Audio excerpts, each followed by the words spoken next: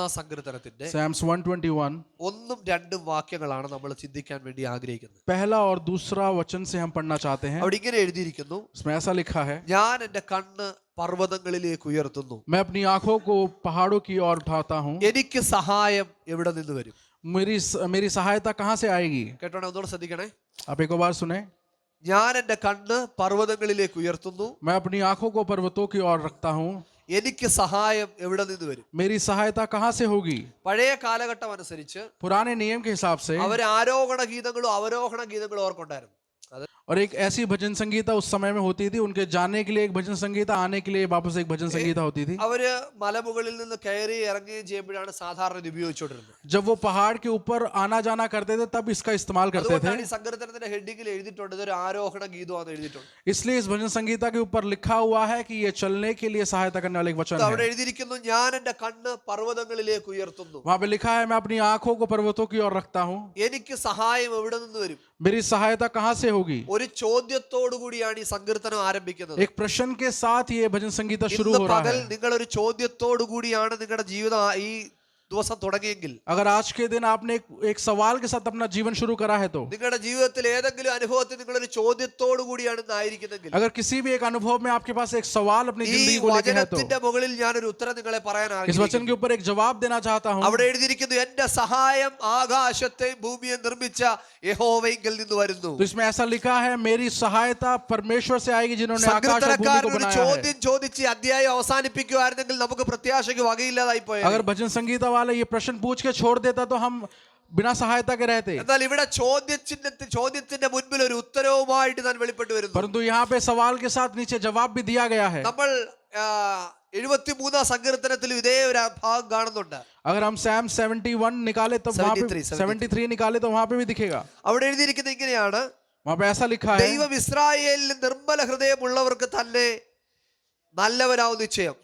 ദൈവം നല്ല ഹൃദയമുള്ളവർക്ക് ഏറ്റവും ബെസ്റ്റ് ആയിട്ടൊരു വ്യക്തിയാണ് എഴുതിയിരിക്കുന്നത്. जिनका अच्छा दिल होता है उनके लिए परमेश्वर सबसे बेस्ट इंसान है, ऐसा बोला है. 73 അധ്യായം മൊത്തം വായിച്ചു നോക്കി, എത്ര ചോദ്യങ്ങളാണ് ചോദിക്കുന്നത് അതിനകത്തിൽ. परंतु अगर हम पढ़े 73 पूरा पढ़ेंगे तो वहाँ पे बहुत सारे सवाल हैं देखने के लिए. ഇടയ്ക്കൂന്നാണ് നമ്മൾ വായിക്കുന്നെങ്കിൽ വിചാരിക്കും പ്രത്യാശ നഷ്ടപ്പെട്ടു പോയ ഒരു വ്യക്തിയാണ് എഴുതിയിരിക്കുന്നത്. परंतु अगर हम बीच में से पढ़ते तो हम सोचेंगे किसी ऐसे व्यक्ति ने लिखा है जिसकी जिंदगी में कोई उम्मीद ही नहीं है. പല ചോദ്യങ്ങൾ ചോദിക്കുന്നതിന് മുമ്പ് സങ്കീർത്തനക്കാരൻ ആദ്യം തന്നെ പറയുന്നു, എനിക്കറിയാം ദൈവം നല്ല ഹൃദയമുള്ളവർക്ക് നല്ലവനായിരിക്കും നിശ്ചയം. बहुत सारे सवालों को पूछने से पहले परमेश्वर के दास ने लिखा है कि मैं जानता हूं जिसका दिल अच्छा है परमेश्वर उसके साथ है. അതെല്ലാം മനസ്സിലാക്കിയിട്ടാണ് ഒത്തിരി ചോദ്യങ്ങൾ ചോദിക്കുന്നത്. वो सब जानने के बाद वो अपने सवालों को रखता है. ഇതേ ആശയത്തിലാണ് സങ്കീർത്തനം 121 എഴുതിയിരിക്കുന്നത്. उसी आशा में 121 लिखा है. ചോദിക്കുന്നു, എനിക്ക് സഹായം എവിടെ നിന്ന് വരും?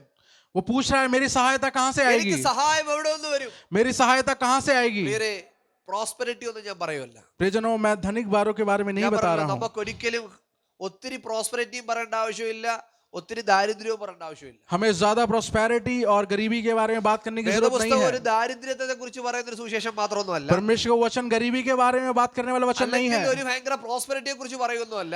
और दूसरी जगह देखा जाए तो अमीरी के बारे में बोलने वाला वचन नहीं है. ദൈവത്തിന്റെ വചനം നന്നായിട്ട് നമ്മൾ മനസ്സിലാക്കുമ്പോൾ ദൈവത്തിന്റെ ഭക്തന് ജീവിക്കാൻ വേണ്ട എല്ലാം ദൈവം അതിനകത്ത് ഒരുക്കിയിട്ടുണ്ട്. अगर हम ध्यान से देखें तो उसमें लिखा है, परमेश्वर के दासों को बिना किसी कमी घटी के चलाने वाला एक वचन है. അതുകൊണ്ട് നമ്മൾ ഒന്നിനെ ഉയർത്തി ഒന്നിനെ താഴ്ത്തിയും പറയേണ്ട ആവശ്യമില്ല. इसलिए हमें किसी को बढ़ाने की और घटाने की जरूरत नहीं है. ദൈവം നമുക്ക് എന്തും തരുമ്പോഴും ഓർത്തോണം, ദൈവം നമുക്കൊരു പ്രോത്സാഹനം തന്നു മുമ്പോട്ട് വിടുന്നു अगर മാത്രമേ. परमेश्वर आपको कुछ दे रहा है तो आप ये सोचें कि परमेश्वर ने आपको एक कॉम्प्लीमेंट्री दिया है. പക്ഷെ എങ്ങനെയൊക്കെയോ ആരൊക്കെയോ പ്രോത്സാഹനത്തിൽ അവരുടെ ജീവിതം അവസാനിപ്പിച്ചു കളഞ്ഞു. पर कुछ लोगों ने ये छोटे छोटे तोहफे लेके अपने जीवन को खत्म कर दिया है. അതുകൊണ്ട് ഇന്ന് പകൽ തിരിച്ചറിയുക, ജീവിതത്തിന്റെ ഘനമായതിനു വേണ്ടി വേണം നമ്മൾ ഓടാൻ വേണ്ടി.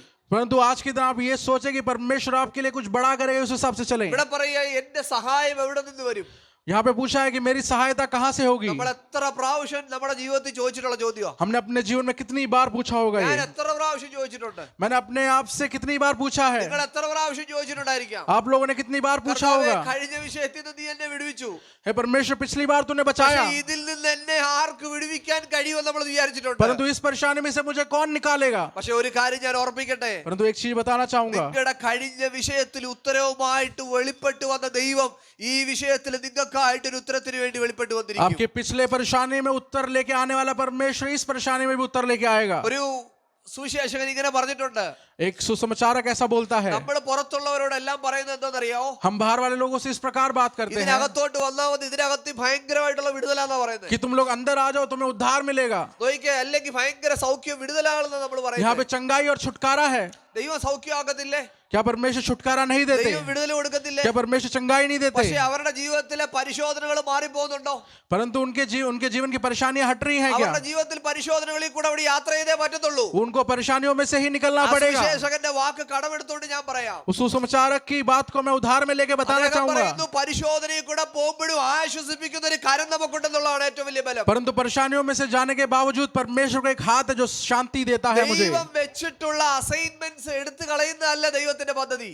परमेश्वर ने जो परेशानी दी है उसको हटाने वाला परमेश्वर की योजना नहीं है। ദൈവം അതിന്റെ കൂടെ ദൈവത്തിന്റെ കരത്താൽ നമ്മളെ ചലിപ്പിക്കാന്നുള്ളതാണ് ദൈവത്തിന്റെ परमेश्वर പദ്ധതി. उसके साथ ही परमेश्वर अपने हाथ को भी हमारे साथ देता है। അതുകൊണ്ട് നമ്മുടെ പ്രയാസത്തിന്റെ നടുവിൽ ദൈവ കരം നമുക്ക് കാണാൻ പറ്റുന്നുണ്ടോ? इसलिए हमारे मुश्किल के समय क्या हम परमेश्वर की हाथ പ്രിയരേ, देख पा रहे हैं? ആരാണ് ജീവിതം നഷ്ടപ്പെടുത്തിയിട്ട് ഓടുന്നെന്ന് അറിയാവോ? പ്രതികൂലത്തിന്റെ നടുവിൽ ദൈവകരം കാണാൻ കഴിയാത്തവനാണ് ഓടുന്നത്. प्रियजनों, अपने मुश्किल समय में परमेश्वर को छोड़ के जाने वाले वो लोग हैं जिन्होंने परमेश्वर का हाथ नहीं देखा है। അതുകൊണ്ട് നിങ്ങൾ നിങ്ങളുടെ വിഷയത്തിന്റെ നടുവിൽ നിങ്ങൾ അറിഞ്ഞിരിക്കണം, ദൈവത്തിന്റെ കരം എന്നെ ആശ്വസിപ്പിക്കുന്നുണ്ടെന്ന് അറിഞ്ഞിരിക്കണം. इसलिए आप लोग एक चीज जरूर जाने कि अगर आप मुसीबत में हैं, परेशानी में हैं, तो परमेश्वर आपकी सहायता के लिए ഇതറിയാൻ तैयार है। നിങ്ങളുടെ ആത്മ കണ്ണ് തുറക്കേണ്ട ആവശ്യമുണ്ട്. अब अपनी आत्मिक आंखों को खोले। പ്രവാചകൻ തന്റെ ശിഷ്യനോട് പറയുന്നു, एक भविष्यवक्ता अपने शिष्य से ऐसे बोलता നീ है, പുറത്തോട്ട് നോക്കിക്കേ, നിനക്ക് എന്തെങ്കിലും കാണാൻ പറ്റുന്നുണ്ടോ? तू बाहर देख, क्या तू कुछ देख पा रहा है? അവൻ പല പ്രാവശ്യം പറഞ്ഞു, എനിക്കൊന്നും കാണാൻ പറ്റുന്നില്ല. मैंने बहुत बार बोला कि मैं कुछ नहीं देख पा തന്റെ रहा। ഒരു പ്രാർത്ഥന ദൈവത്തോട് ഇങ്ങനെയാ, वो अपनी प्रार्थना इस प्रकार परमेश्वर से रखता ദൈവമേ, है, ഇവന്റെ കണ്ണ് നീ ഒന്ന് തുറക്കണമേ. हे परमेश्वर तू इसकी आंखों को खोल, എന്തിനാണെന്നറിയോ? ദൈവത്തിന്റെ ആ മഹത്വം എന്ന് അറിയാൻ क्योंकि വേണ്ടിയാ. वो परमेश्वर की महिमा को जानने അവിടെ നമ്മൾ पाए। അറിയുന്നു, ഒരു ചെറിയ കൈ, ഒരു മേഘം പോലെ ഒരു കൈ പൊങ്ങി വന്നതായിട്ട് നമ്മൾ വായിക്കുന്നു. वहां पे देखते हैं एक बादल के समान एक हाथ आता है। കണ്ടോ, ആത്മാവിന്റെ കണ്ണ് തുറന്നപ്പോഴാണ് ദൈവത്തിന്റെ പ്രവൃത്തിയെ കാണാനായിട്ട് जब एक പറ്റിയത്. आत्मिक आंखें खुली तो परमेश्वर के काम वहां पे दिखना शुरू അതുകൊണ്ട് हुआ। പ്രിയരെ, ഇന്ന് പകലിൽ ആത്മാവിന്റെ കണ്ണൊന്ന് തുറക്കാനായിട്ട് നമ്മൾ ദൈവസന്നിധി इसलिए പ്രാർത്ഥിക്കണം. मेरे प्रियजनों, आत्मिक आंखों को खोलिए अपने। നമ്മൾ ഇതിനകത്തിൽ വേദപുസ്തകത്തിൽ വെച്ച് മാജിക് ഒന്നും നടത്താൻ പറ്റത്തില്ല. हम इस परमेश्वर के वचन से जादू नहीं कर सकते हैं। നമ്മളെല്ലാം സാധാരണക്കാരായ മനുഷ്യരാ. हम लोग साधारण व्यक्ति हैं। നമുക്ക് ടിവിയിലൊക്കെ സൂപ്പർമാനെ ശക്തിമാനെ ഒക്കെ കാണാൻ പറ്റത്തുള്ളൂ. हम टीवी में सुपरमैन और शक्तिमान को देख सकते हैं। നമ്മളെല്ലാവരും സാധാരണ മനുഷ്യരാണ്.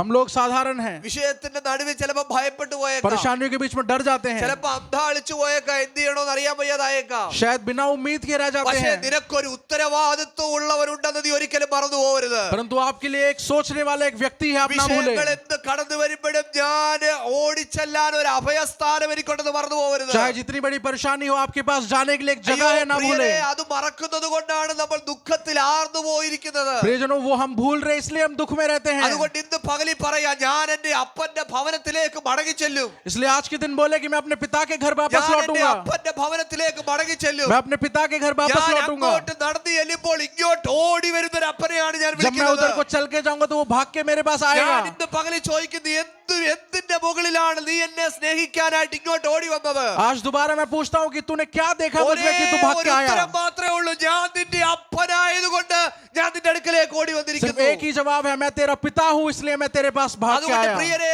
ദൈവത്തിന്റെ പുത്രന്മാരും പുത്രിമാരുമായിരിക്കും നിങ്ങൾക്ക് പ്രത്യാശയ്ക്ക് വകയുണ്ടെന്ന് ഞാൻ ഈ ഞായറാഴ്ച ഓർപ്പിക്കട്ടെ. इसलिए मेरे प्रियजनों, आप जो पिता पुत्र हैं, आपके जो बंधन है उसके द्वारा आपके पास एक आशा है। കീർത്തനം 121 അദ്ദേഹം ചോദിക്കുന്നു, എനിക്ക് സഹായം എവിടെ നിന്ന് വരും? भजन संगीत 121 में पूछा गया है कि मेरी सहायता कहाँ से आएगी? മൗനത്തിന് ശബ്ദം ഉണ്ടായിരുന്നെങ്കിൽ ഇന്ന് എത്ര പേരുടെ ഈ ചോദ്യം എനിക്കിവിടെ മുഴങ്ങി കേൾക്കാൻ പറ്റുമായിരുന്നറിയോ? अगर लोग चुप रहने से बात कर पाते तो मैं कितनों की बात अभी सुन पाता। ഇതേ ചോദ്യത്തിന്റെ നടുവിൽ സങ്കീർത്തനക്കാരൻ ചോദിക്കുകയാണ്, എനിക്കൊരു സഹായം എവിടെ നിന്ന് കടന്നു വരും?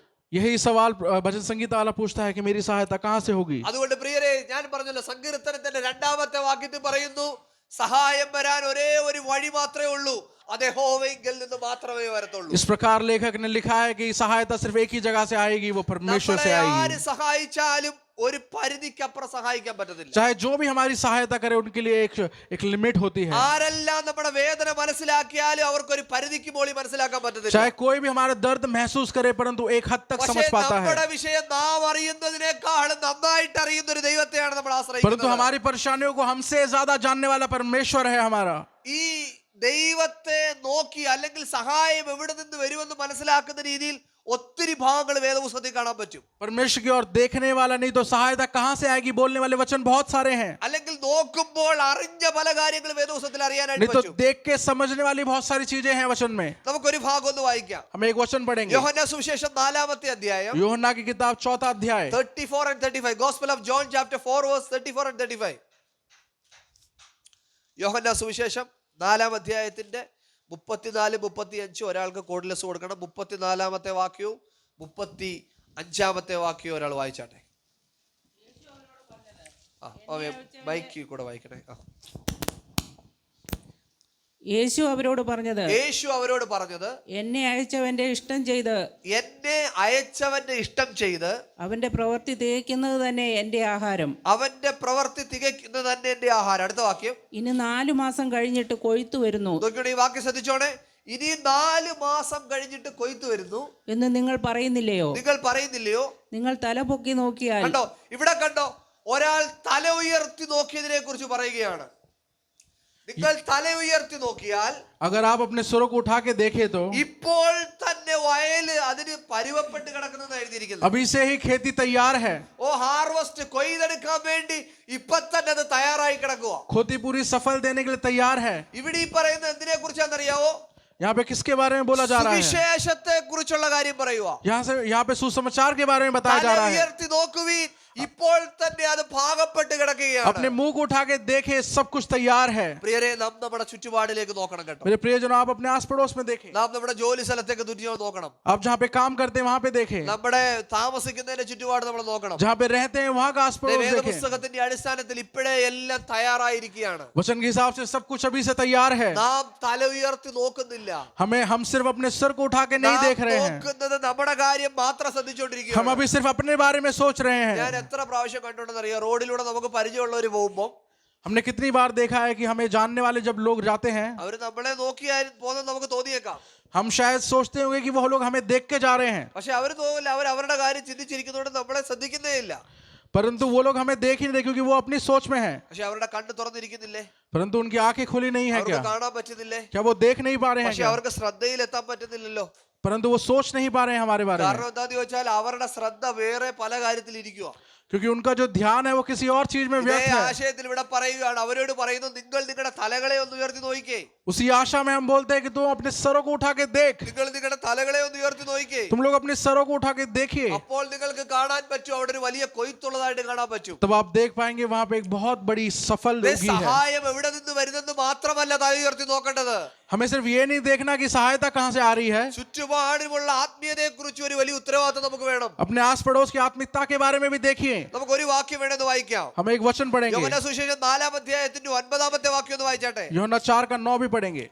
4-ാം അധ്യായത്തിന്റെ അതേ അധ്യായത്തിന്റെ 9-ാമത്തെ വാക്യം ഒന്ന് വായിച്ചേ. ശമരിയ സ്ത്രീ അവനോട് നീ യഹൂദനായിരിക്കെ ശമരിയക്കാരനായ എന്നോട് കുടിക്കുവാൻ ചോദിക്കുന്നത് എങ്ങനെയെന്ന് പറഞ്ഞു. അടുത്ത വാക്യം. യഹൂദന്മാർക്കും ശമരിയക്കാർക്കും തമ്മിൽ സമ്പർക്കമില്ല. അതിന് യേശു നീ ദൈവത്തിന്റെ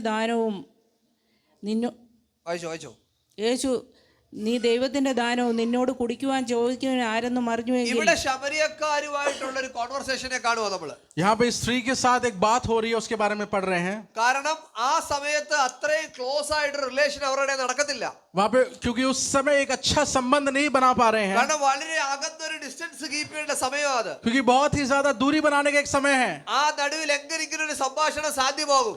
वहाँ पे उस समय कैसी बात हो सकती है? ഇതൊരു ആത്മീയ അർത്ഥത്തിലേക്ക് വരുന്ന കാര്യമാട്ടോ. वो एक आत्मिक बात के बारे में हम बताएंगे. പലപ്പോഴും ഒരു ദൂരം മാറി ദൂരം അകന്ന് നിൽക്കേണ്ടവരായിരുന്നു നാം എല്ലാവരും.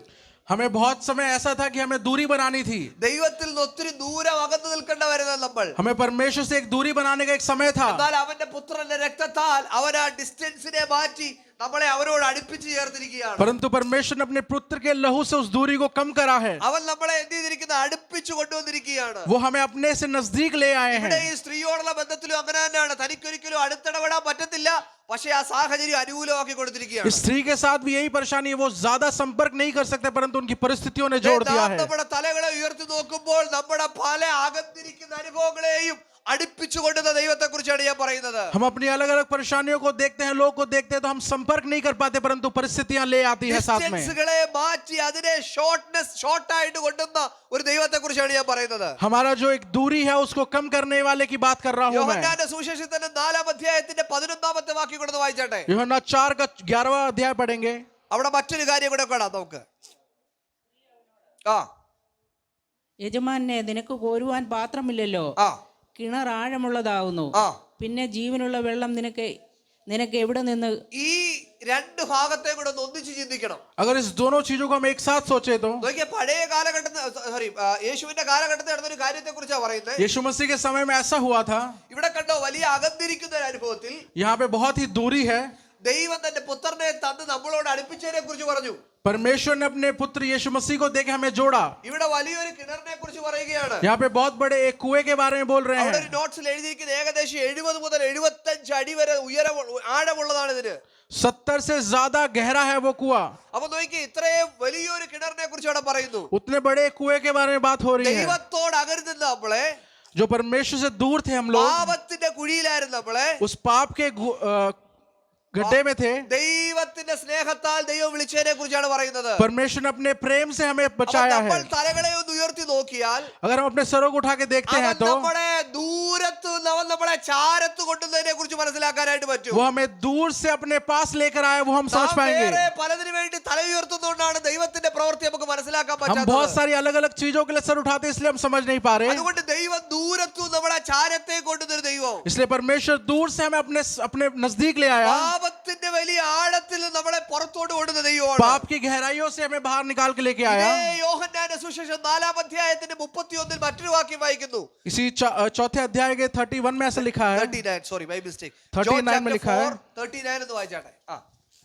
ഞാൻ ചെയ്തതൊക്കെയും അവൻ എന്നോട് പറഞ്ഞു എന്ന് സ്ത്രീ സാക്ഷ്യം പറഞ്ഞ വാക്ക് നിമിത്തം ആ പട്ടണത്തിലെ പലരെ ശമര്യരും അവനിൽ ഈ വിശ്വസിച്ചു. കോൺവെർസേഷൻ കണ്ടിന്യൂസ് ആയിട്ട് ഇപ്പോൾ നടന്നുകൊണ്ടിരിക്കുക.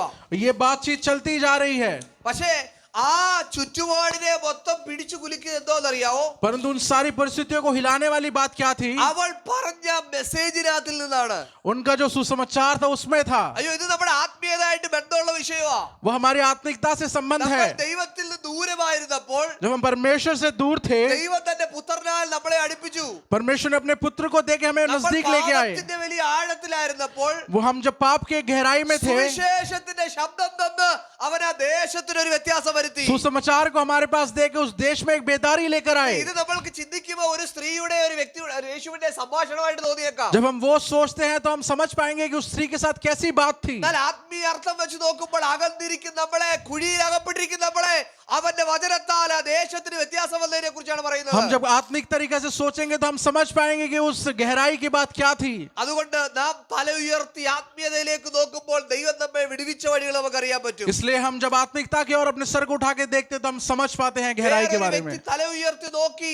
വിടുതൽ അനുഭവിച്ചായിട്ട് വേദപുസ്തകം നമുക്ക് അറിയാൻ പറ്റും. एक दूसरे एक मनुष्य के बारे में लिखा है जिसने सरों को उठा के और चंगाई प्राप्त करी है. ഉൽപ്പത്തി പുസ്തകം 22-ാം അധ്യായത്തിന്റെ उत्पत्ति 22 में ऐसा लिखा है. ജെനസിസ് ചാപ്റ്റർ 22 വേഴ്സ് 13, 22-ാം അധ്യായത്തിന്റെ 13-ാമത്തെ വാക്യം ഒരാളത് വായിച്ചാട്ടെ. ആരാണോ എടുത്തവർ പെട്ടെന്ന് വായിച്ചു. Abraham looked up. ഇവിടെ എഴുതിയിരിക്കുന്നത് കണ്ടോ? यहाँ पे इस प्रकार लिखा है. അവൻ തല പൊക്കി നോക്കിയപ്പോൾ उन्होंने जब अपने आप को सिर उठाया, എന്ത് കണ്ടെന്നറിയോ? ഒരു ആട്ടിൻകുട്ടി കുരുക്കിൽ പെട്ട് കിടക്കുക. उन्होंने एक मेमने को फंसा हुआ देखा. വായിച്ചോട്ടെ, ആ വാക്യം വായിച്ചേ. അബ്രഹാം തലപൊക്കി നോക്കിയപ്പോൾ അബ്രഹാം തലപൊക്കി നോക്കിയപ്പോൾ പിമ്പുറത്ത് ഒരു ആട്ടുകൊറ്റൻ പിൻപുറത്ത് ഒരു ആട്ടുകൊറ്റൻ കാട്ടിൽ പിടിപെട്ട് കിടക്കുന്നത് കണ്ടു. കാട്ടിൽ പിടിപെട്ട് കിടക്കുന്നത് കണ്ടു. അബ്രഹാം ചെന്ന ആട്ടുകൊറ്റനെ പിടിച്ചു. മതി വായിച്ചു നോക്കട്ടെ. അബ്രഹാം കണ്ടൊരു ഭാഗത്തെ കുറിച്ചാണ് പറയുന്നത്. तो यहाँ पे अब्राहम की देखी हुई एक बात बता रहे हैं. താൻ തല ഉയർത്തി നോക്കിയപ്പോൾ जब उन्होंने अपने सर को उठाया, അതൊരു ആട്ടുകൊറ്റനെ കണ്ടതായിട്ടിടയായി. वो एक भेड़ को देखते हैं. നമ്മൾ എത്ര ചെറിയ പ്രായത്തിൽ തന്നെ പഠിച്ചിട്ടുള്ള ഭാഗമായത്. हमने कितने बचपन में पढ़ा है, എത്ര പ്രാവശ്യം നമുക്ക് ഈ ഭാഗം അറിയാം. कितनी बार सुना है इसके बारे में. യഹോവ കരുതിയതിനെ കുറിച്ച് നമുക്കറിയാം. यहोवा की योजना के बारे में हम पढ़ते ദൈവം हैं. ഇതിനു വേണ്ടി ചെയ്ത വിടുതലിനെ നമുക്കറിയാം. परमेश्वर ने इसके ऊपर क्या उद्धार करा है हमने पढ़ते हैं. ഭാഗത്തിലെ ഉച്ചിലൂടെ സത്യസന്ധമായ കാര്യം തിരിച്ചറിയണം. അറിയണേ, अगर इसकी सच्चाई थोड़ी और जाने, ദൈവത്തിന്റെ സന്നിധിയിൽ परमेश्वर की उपस्थिति में അബ്രഹാം എന്ത് ചെയ്യണമെന്ന് അറിയാതെ अब्राहम क्या करता है जाने തല बिना ഉയർത്തി നോക്കിയപ്പോൾ अपने सरों को उठा के देखता है तो ദൈവം ഓൾറെഡി പ്രീ പ്ലാൻഡ് ചെയ്തിട്ടെല്ലാം ദൈവം കൊണ്ട് വെച്ചിരിക്കുക. परमेश्वर ने पहले से ही सब कुछ तैयार रखा है, കണ്ടോ, ഇത് ഇപ്പൊ സംഭവിച്ചതല്ല, वो अभी नहीं हुआ है, നേരത്തെ ദൈവം എല്ലാം സെറ്റ് ചെയ്ത് വെച്ചിരിക്കുക. परमेश्वर ने पहले से ही तैयारी करी है. പല വിടുതലുകളും നമ്മുടെ ജീവിതത്തിൽ വരുമ്പോ നമ്മൾ വിചാരിക്കുന്നത് ദൈവം നമുക്കായിട്ട് ഇപ്പൊ ചെയ്യാന്നല്ല, ദൈവം നേരത്തെ ഇതിനെ പ്രിപ്പയർ ചെയ്ത് വെച്ചിട്ടാണ് ദൈവം നമ്മളെ അങ്ങോട്ട് അയച്ചത്. प्रियजनों, हम हमारे जीवन में जब कोई उद्धार आता है तो हम ये सोचते हैं कि परमेश्वर ने अब तैयार करा है, परंतु ऐसा नहीं है, परमेश्वर पहले से ही तैयार था. ദൈവം നമ്മളെ പല കാര്യങ്ങളും അയച്ചതും ഇടപെട്ടതെല്ലാം നമ്മൾ അറിഞ്ഞിരിക്കണം. ദൈവം നേരത്തെ ഇതെല്ലാം പ്രിപ്പയർ ചെയ്ത് ദൈവത്തിന്റെ പ്രീ പ്ലാൻഡ് ആയിരുന്നു ഇതെല്ലാം. अगर परमेश्वर हमें कहीं भेजता है तो हमें हमेशा ये याद रखना है, परमेश्वर पहले से तैयारी में था अपनी. അബ്രഹാം അങ്ങനെ തല ഉയർത്തി നോക്കിയപ്പോൾ ഈ ആട്ടുകൊറ്റനെ കാണുകയാണ്. जब अब्राहम ने सर उठा के देखा तो एक भेड़ को देखा. അതൊരു നിസാര കാര്യമല്ല ആട്ടുകൊറ്റൻ അവിടെ കിടന്നത്. वो एक छोटी बात नहीं है उसको ऐसे प्राप्त करना. ദാവീദിന്റെ കണ്ണിന്റെ മുമ്പിൽ നിന്ന് സിംഹവും കരടി ആട്ടിൻകുട്ടിയെ എടുത്തോണ്ട് പോയിട്ട് നമുക്കറിയാം. दाऊद की आंखों के सामने से जब शेर और भेड़िया भेड़ को लेके जाता है, അവൻ അതിനോട് യുദ്ധം ചെയ്ത് അതിനെ തിരിച്ചു പിടിക്കുന്നതായിട്ട് നമ്മൾ വായിക്കുന്നുണ്ട്. वो शेर से युद्ध करके अपने मेमने को वापस ले लेता ഒരു है. മനുഷ്യൻ അടുത്ത് നിൽക്കുമ്പോൾ ദുഷ്ടമൃഗം അങ്ങനെ അറ്റാക്ക് ചെയ്യാൻ പറ്റുമെങ്കിൽ കാട്ടിൽ ഒറ്റപ്പെടുന്നതിനെ ആര് സൂക്ഷിച്ചു? जब एक मनुष्य अपने उसको बचाने के लिए अटैक करने के लिए तैयार है तो उस जंगल में एक मेमना अकेला कैसे है? നോയിക്കേ, ഒരുത്തന്റെ കണ്ണിൻ മുമ്പിൽ നിന്ന് അതിനെ ചെയ്തോണ്ട് പോവാമെങ്കിൽ കാട്ടിലെ ഒറ്റപ്പെട്ട അനുഭവത്തിൽ അത് എത്ര സുരക്ഷിതമായിട്ട് അങ്ങനെ ഇരുന്നു? अगर एक व्यक्ति की आंखों के सामने से ऐसा हो सकता है तो एक अकेले भेड़ को कौन बचा पाएगा? ഞാനൊരു ആത്മീയ അർത്ഥം നിങ്ങളോട് പറയട്ടെ. मैं एक आत्मिक बात आपको बताना നിങ്ങളുടെ चाहता हूँ. ചുറ്റുപാടിൽ നിങ്ങളെ ആര് സുരക്ഷിതരാക്കിയത് കൊണ്ട് നിങ്ങൾ സുരക്ഷിതരായല്ല, അവന്റെ അദൃശ്യകരം നമുക്ക് വേണ്ടി അവൻ പ്രവർത്തിപ്പിച്ചത് കൊണ്ടാണ്. आपके आस पड़ोस के लोग आपको सिक्योरिटी दे रहे इसलिए आप सुरक्षित नहीं है, परंतु परमेश्वर आपके साथ है इसलिए ഞാനൊരു है. ഭവനത്തിൽ താമസിക്കുന്നു, ബന്ധത്തോടുള്ള ബന്ധത്തിൽ താമസിക്കുന്നു, പക്ഷേ എന്റെ സുരക്ഷ ദൈവത്തിന്റെ ആത്മീയ വലയത്തിനുള്ളിലാണ്. मैं एक भवन के अंदर हूँ जहाँ पे मैं सुरक्षित हूँ, परंतु मेरी सुरक्षा परमेश्वर के हाथ में है. നമ്മൾ കുഞ്ഞിനെ വളർത്തുന്നു, നമ്മൾ സൂക്ഷിക്കുന്നുണ്ടായിരിക്കാം.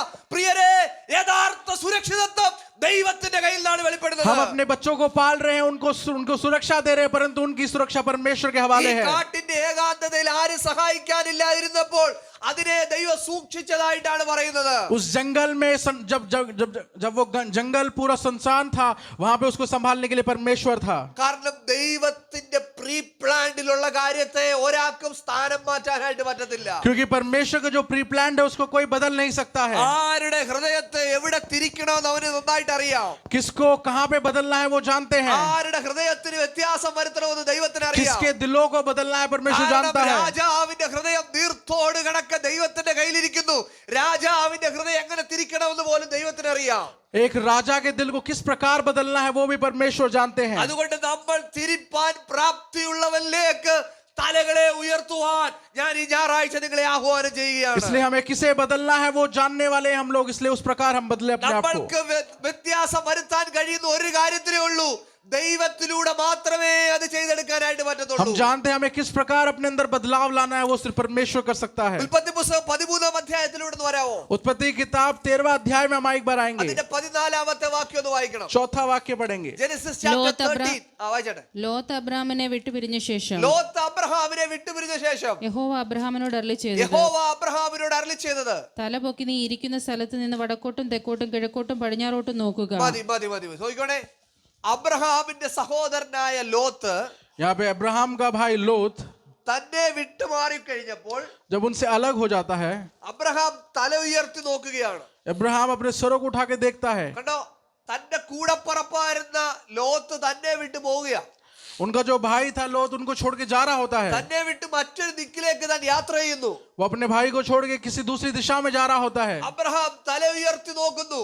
अब्राहम अपने सरों को उठा के देखता है. എങ്ങോട്ടൊക്കെ അബ്രഹാം നോക്കിയെന്നറിയാവോ? किस जगह को देखा? 4 ദിക്കിലേക്ക് അവൻ നോക്കി. चारों ओर देखता है. 4 ദിക്കിലേക്ക് നോക്കി. चारों ओर देखता है. അപ്പൊ ദൈവം അവനോട് പറയുന്നു, परमेश्वर इस प्रकार बोलता है, നീ ഇപ്പൊ കാണുന്ന ദിക്ക് മുഴുവൻ ഞാൻ നിനക്കും നിന്റെ സന്തതിക്കും തരാൻ വേണ്ടി പോവാ. जितने दिशाओं को तू अभी देख रहा है वो मैं तुझे और तेरी पीढ़ियों को देता हूँ. ഇതിന്റെ ചരിത്രം ഒന്ന് അറിഞ്ഞിട്ട് വേണം സംസാരിക്കാൻ. इसके इतिहास को जरा पढ़े. ലോത്തും അബ്രഹാമും കൂടെ लोत और अब्राहम സംഭാഷണം നടക്കുമ്പോൾ जब बात कर रहे होते हैं നമ്മുടെ സഹോദരന്മാര് തമ്മിൽ ഇങ്ങനെ അടിയിടേണ്ട ആവശ്യമില്ല.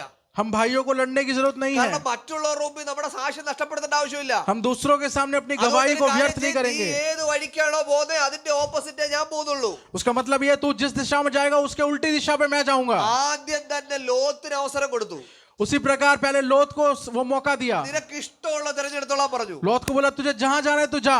ലോത്ത് തനിക്ക് ഇഷ്ടമുള്ള ഭാഗം തിരഞ്ഞെടുത്തു. और लोत ने अपने मनपसंद जगह को चुना നോക്കിക്കോട്ടെ, ഏറ്റവും പച്ചിപ്പുള്ള, और सबसे ज्यादा हरियाली वाली जगह, കാരണം അവന്റെ ആടുകളെ മേയ്ക്കാൻ പറ്റുന്ന സ്ഥലത്ത് क्योंकि उसको अपने भेड़ों को वहां पे चराना था। ഏറ്റവും നല്ലത് ചൂസ് ചെയ്തു. सबसे अच्छी जमीन ढूंढी। അത് കഴിഞ്ഞു കഴിഞ്ഞപ്പോൾ उसके बाद ദൈവം അബ്രഹാമിനോട് ഇടപെടുകയാണ്. परमेश्वर अब्राहम से इस प्रकार बोलता है, അബ്രഹാമേ, നീ കിഴക്കോട്ടും വടക്കോട്ടും പടിഞ്ഞാറോട്ടും നോക്കുക.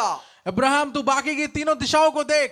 ഞാൻ ഇത് നിനക്ക് തരാൻ വേണ്ടി പോകുകയാ. मैं इन तीनों दिशाओं को तुझे देता हूँ, നിന്റെ സന്തതിക്ക് തരാൻ വേണ്ടി तेरी പോകുകയാ. पीढ़ियों को देता हूँ। എന്റെ ഒരു ചോദ്യം, ഓൾറെഡി ഒരു ദിക്ക് ലോത്ത് ചൂസ് ചെയ്തെടുത്തല്ലേ? मेरा एक प्रश्न ये है कि एक तो पहले से लोत ने चुन लिया है, പിന്നെയും ദൈവം പറയുന്നു, ഈ 4 ദിക്ക് ഞാൻ നിനക്ക് തരാൻ പോകുകയാണ്. दोबारा परमेश्वर बोलता है कि मैं तुझे चारों दिशाओं को दे रहा അതിന്റെ हूँ। അർത്ഥം ലോത്ത് യാത്ര ചെയ്ത ദിക്കൂടെ കൗണ്ട് ചെയ്തിട്ടാ ദൈവം പറഞ്ഞേ അതും കൂടെ ഞാൻ നിനക്കായിട്ടാണ് തരാൻ उसका പോകുന്നത്. मतलब ये है लोत जिस दिशा की ओर जा रहा उसको भी परमेश्वर ने मिला के अब्राहम को दे दिया है। ഒറ്റപ്പെട്ട സമയത്ത് അവൻ തല ഉയർത്തി നോക്കി. जब वो अकेला था उसने परमेश्वर की ओर अपने सर को उठाया। സങ്കീർത്തനക്കാരൻ പറഞ്ഞു, സഹായമില്ലാതിരിക്കുമ്പോൾ എവിടുന്ന് സഹായം വരുമെന്ന് തല ഉയർത്തി നോക്കുന്നു. भजन संगीता वाला बोलता है जब सहायता नहीं होती तो मैं परमेश्वर की ओर ഒരു देखता हूँ। കരുതൽ എവിടെ വെളിപ്പെടണമെന്നുള്ളപ്പോൾ തല ഉയർത്തി നോക്കുന്നു.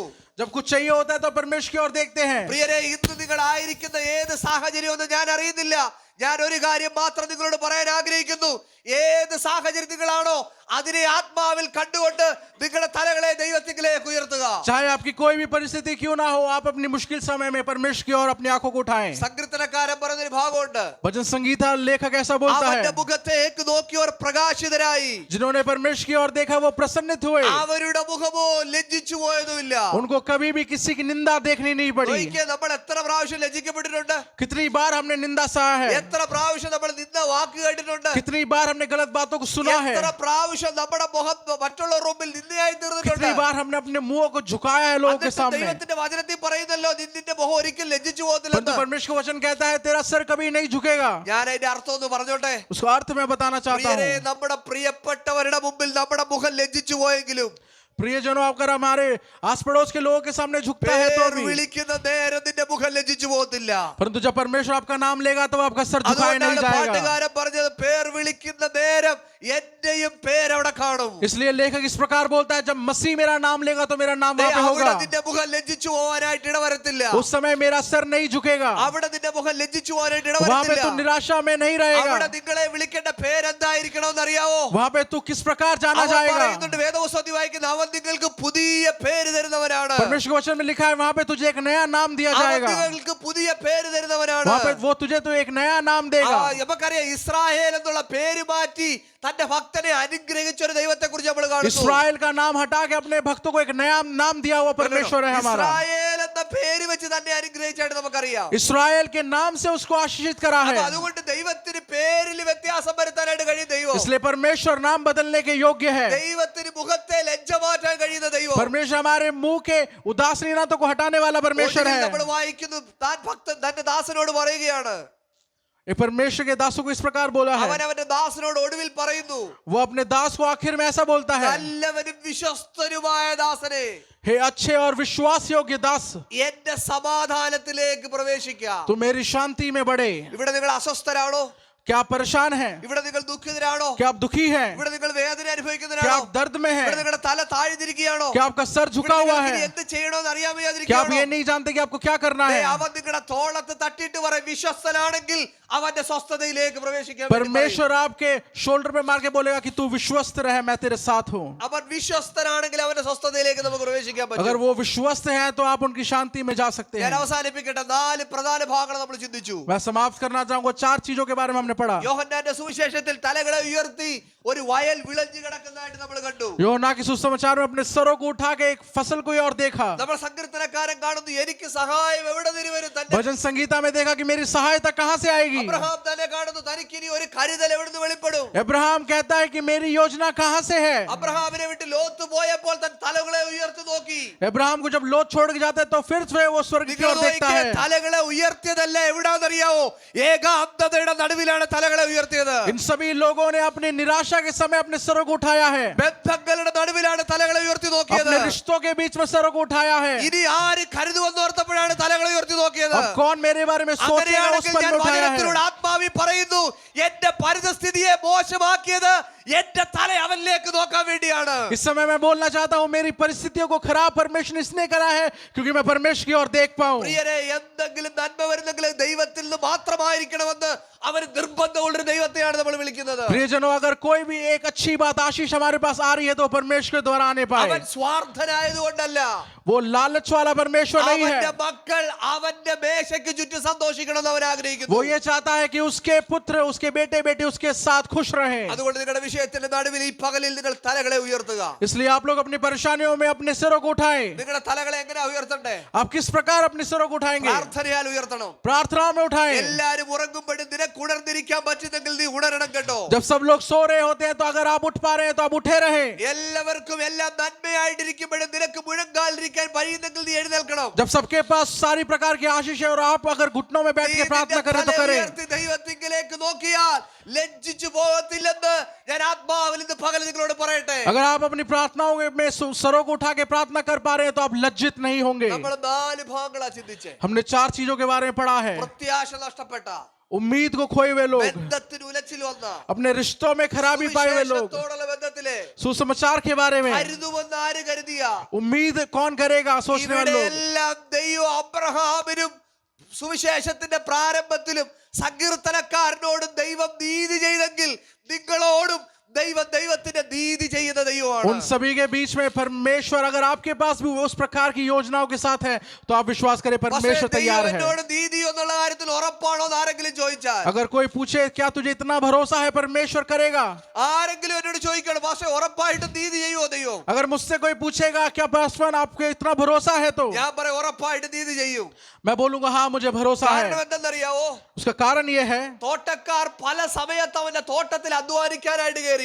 खेत में लोग बहुत समय काम करने के लिए घुसे, ഓരോ മണിക്കൂറുകൾ വ്യത്യാസത്തിൽ അധ്വാനിക്കാൻ വേണ്ടി കയറി. अलग अलग समयों में गए काम करने के लिए। നമ്മളായിരുന്നു തോട്ടക്കാരനെങ്കിൽ നമ്മൾ ഉറപ്പായിട്ടും ജോലി ചെയ്തതിന്റെ മാത്രം കൂലിയെ നമ്മൾ കൊടുക്കത്തുള്ളൂ.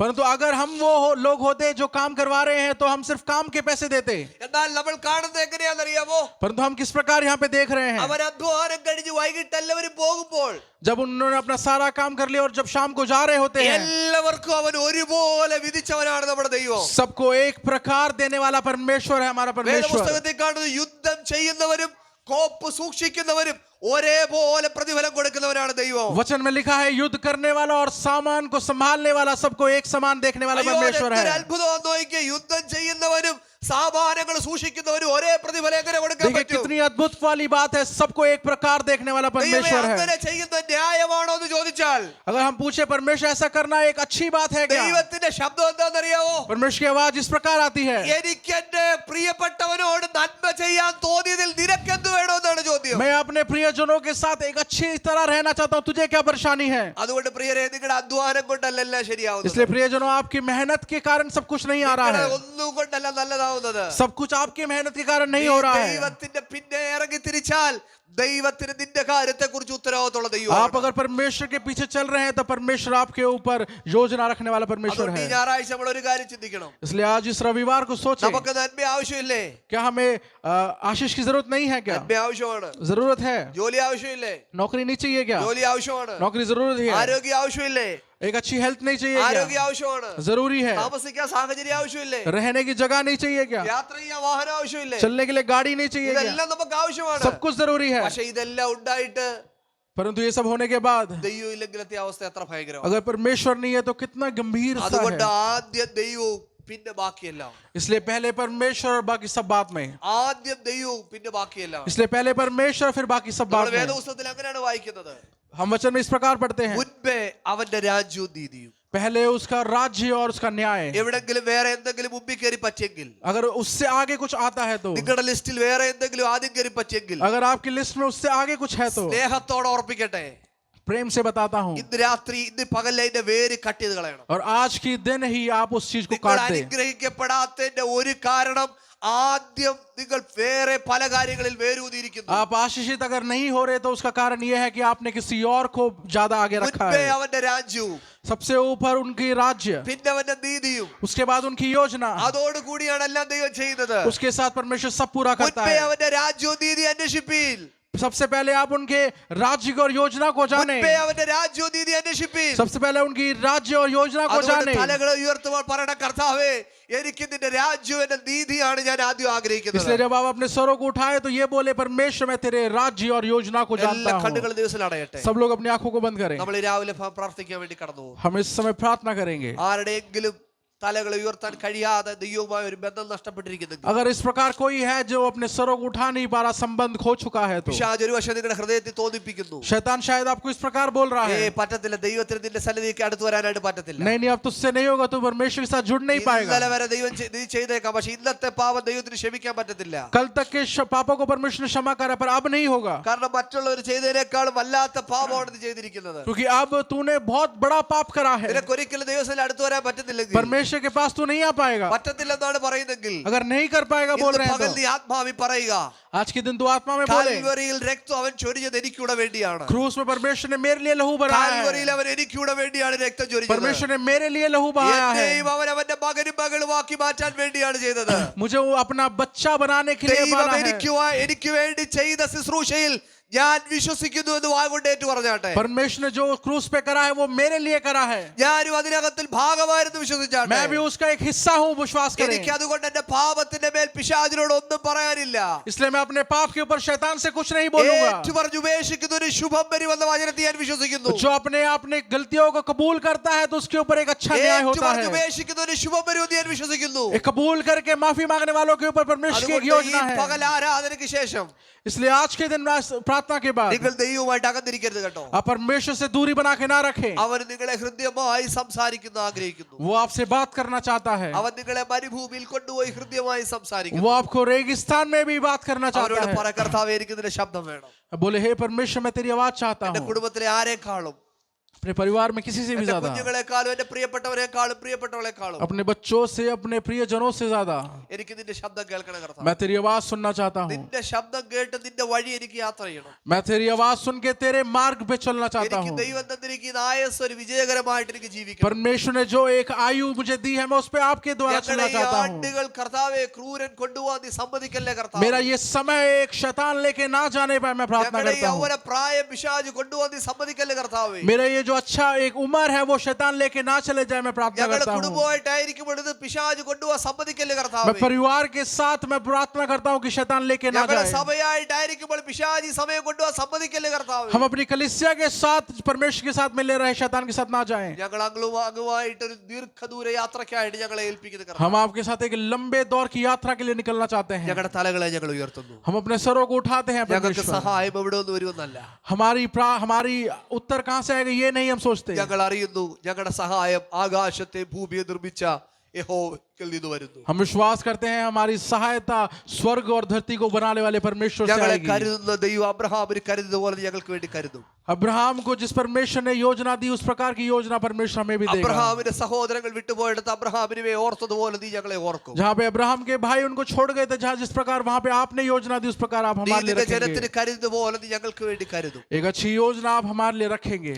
ഞങ്ങളുടെ പ്രത്യാശയ്ക്ക് ഭംഗം വരുത്തില്ല. आप हमारी प्रत्याशा को कम नहीं ഞങ്ങളുടെ करेंगे। പ്രത്യാശയ്ക്ക് ഭംഗം വരത്തില്ല. आप हमारी प्रत्याशा को कम नहीं ഞങ്ങളുടെ करेंगे। പ്രത്യാശയ്ക്ക് ഭംഗം വരത്തില്ല. आप हमारी प्रत्याशा को कम नहीं ഞങ്ങൾ ഈ करेंगे। നന്മ അന്യന്റെ കണ്ണുകൊണ്ടല്ല, ഞങ്ങളുടെ കണ്ണുകൊണ്ട് തന്നെ ഞങ്ങൾ കാണും. हम अपनी आशीषों को अपनी आंखों से देख नहीं पाए, दूसरों की नहीं। ഞങ്ങളുടെ കണ്ണുകൊണ്ട് ഞങ്ങളത് കാണും. हम अपनी आंखों से देखेंगे। ഞങ്ങളുടെ കണ്ണുകൊണ്ട് ഞങ്ങളത് കാണും. हम अपनी आंखों से देखेंगे। നിന്റെ നന്മയിലേക്ക് ഞങ്ങളെ പ്രവേശിപ്പിക്കണമേ കർത്താവേ. आप पिता आप अपनी दौर में हमें जोड़े, നിന്റെ സമാധാനത്തിലേക്ക് ഞങ്ങളെ പ്രവേശിപ്പിക്കണം. आप शांति की ओर हमें ഈ बढ़ाएं। പകൽ ഈ വചനം കേട്ട് എല്ലാവരുടെ ഹൃദയത്തിൽ പരിശുദ്ധാത്മാവിന്റെ സാന്നിധ്യം നിറയേണ്ടതിനായിട്ട് ഞങ്ങൾ ദിവസത്തിൽ इस समय जितने लोग इस वचन को सुन रहे हैं वो आत्मिकता में और बढ़ने ഈ पाए വചനം കേട്ട് ഭവനത്തിൽ ചെയ്യുമ്പോൾ ഒരു നിറഞ്ഞ പ്രത്യാശയുള്ളവരായിട്ട് ഇരിക്കാൻ സഹായിക്കണം. इस वचन को सुन के एक अच्छी उम्मीद के साथ बढ़ने पाए നന്മയാൽ തിന്മയെ ജയിക്കേണ്ടതിനായിട്ട് ഞങ്ങൾ പ്രാർത്ഥിക്കുന്നു. अच्छाई के साथ बुराई के ऊपर विजय प्राप्त करने पाए തിന്മയെ ജയിക്കേണ്ടതിനായിട്ട് ഞങ്ങൾ പ്രാർത്ഥിക്കുന്നു. अच्छाई के साथ बुराई के ऊपर विजय प्राप्त करने അതിനുവേണ്ടി അവരെ पाए ആയുധധാരികളാക്കി ദൈവം മാറ്റണമേ. उसके लिए एक हथियार परमेश्वर में बनाने അതിനുവേണ്ടി അവരുടെ पाए ആയുധങ്ങളെ മൂർച്ചയുള്ളതാക്കി മാറ്റണമേ. इसलिए हमारे हथियार को परमेश्वर അവരുടെ तेज करने ആത്മാവിന് നീ पाए ഒരു നിറവ് കൽപ്പിക്കണമേ കർത്താവേ. हमारी आत्माओं को परमेश्वर और अग्नि के साथ भरने എവിടെയെങ്കിലും पाए അസമാധാനം ഉണ്ടെങ്കിൽ ഞങ്ങൾ അതിന് യേശുവിന്റെ നാമത്തിൽ